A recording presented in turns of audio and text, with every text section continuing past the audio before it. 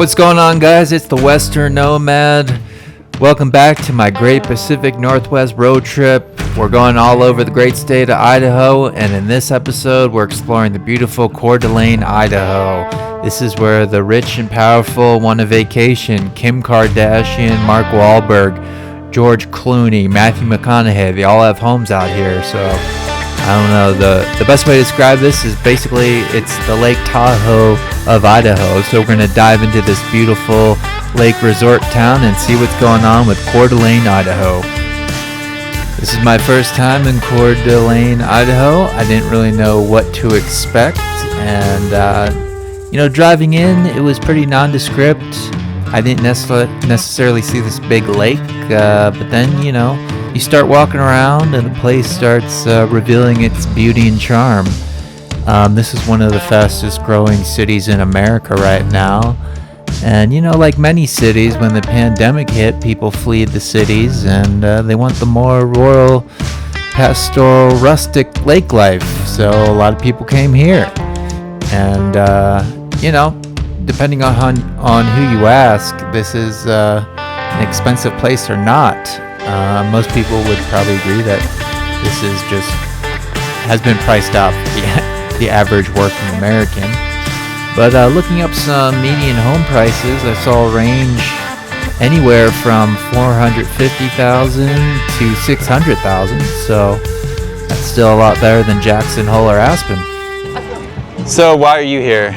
I'm here. My sister and her boyfriend are visiting from Colorado. Oh, very good. I live in Spokane. Spokane's like an interesting city to me. I didn't know if it was like conservative, but hippie, but a mixture of blue collar. Like it was many things to me. Yeah, Spokane used to be much more conservative and much more blue collar. Right. It's it's apparently a lot of people that lived in Seattle didn't like the way things went with the politics. So they moved over to Spokane, but then brought their politics with them. So now Spokane is like a mini Seattle. It's very liberal. The mayor, the city council. Now the surrounding area looks pretty conservative to me. Like, how do these two people coexist? Or do they just stay separate? I don't know. I think it's been a big change. I would say the last 5 years. We've seen a big change.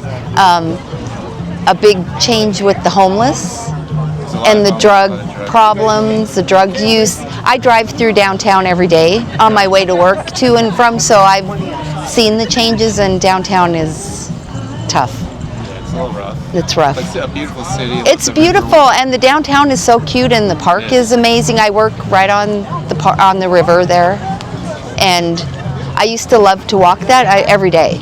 And probably the last 2 years, I've stopped doing that as much because I've had a few instances where I've been pretty uncomfortable walking through the park.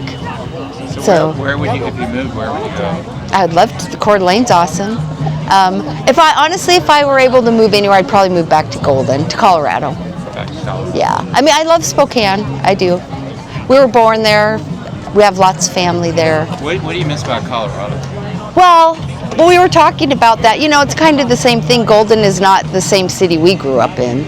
It's, it's grown a lot, and it's kind of like a Coeur d'Alene now, very touristy, where when we were kids, it was just a little podunk town.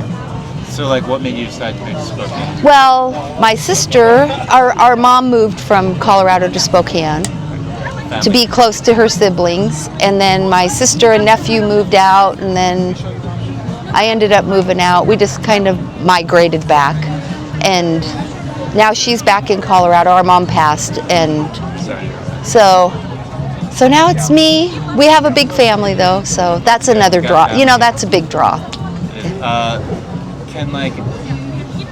How much money do you need to have a tiny place, or can most people just not afford this place? Here?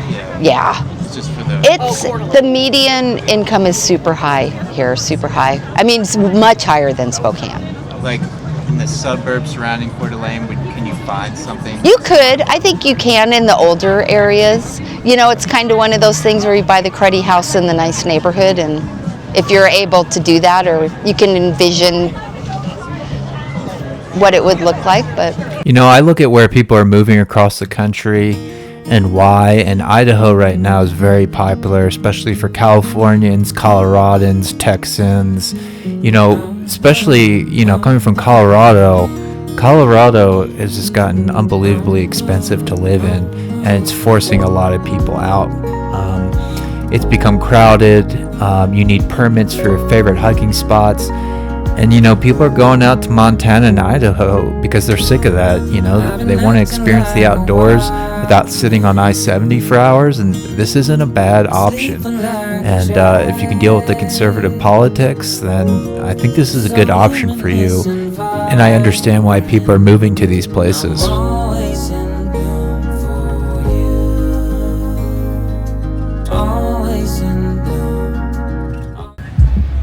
How you doing, sir? Yeah. What are you fighting for here? What's your I'm cause? just advertising abortion.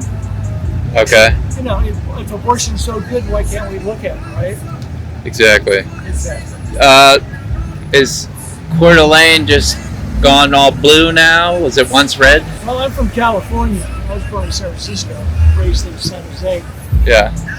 For years on the streets there, people are very pro-abortion.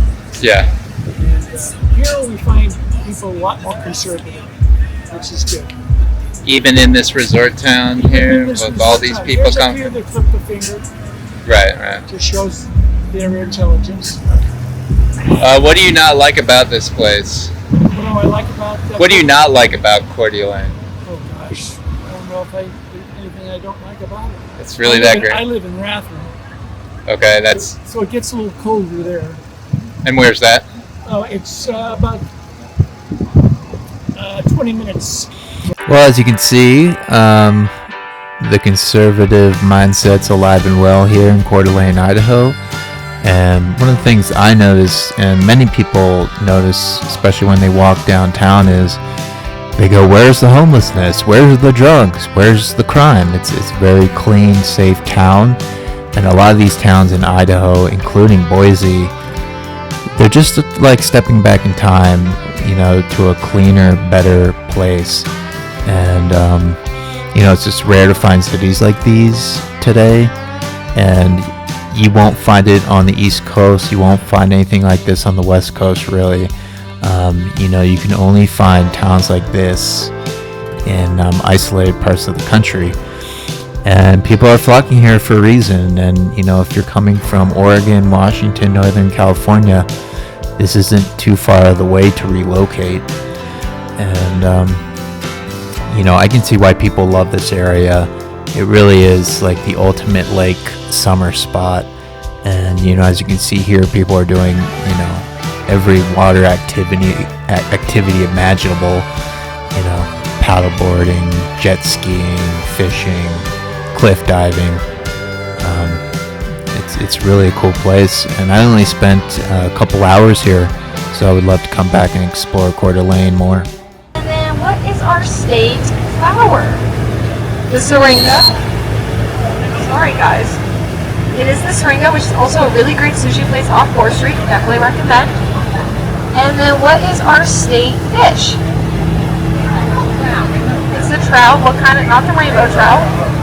The cutthroat trout. There we go. Do you guys know why it's called the cutthroat trout? Yes, it has a red line across its throat. And then what is our state animal? The Appaloosa horse. There we go. And then what is our state bug? Not the mosquito. Not the beetle. Not the cicada. It's pretty. Not the potato bug. Butterfly. What kind of butterfly? The monarch butterfly. There you guys go.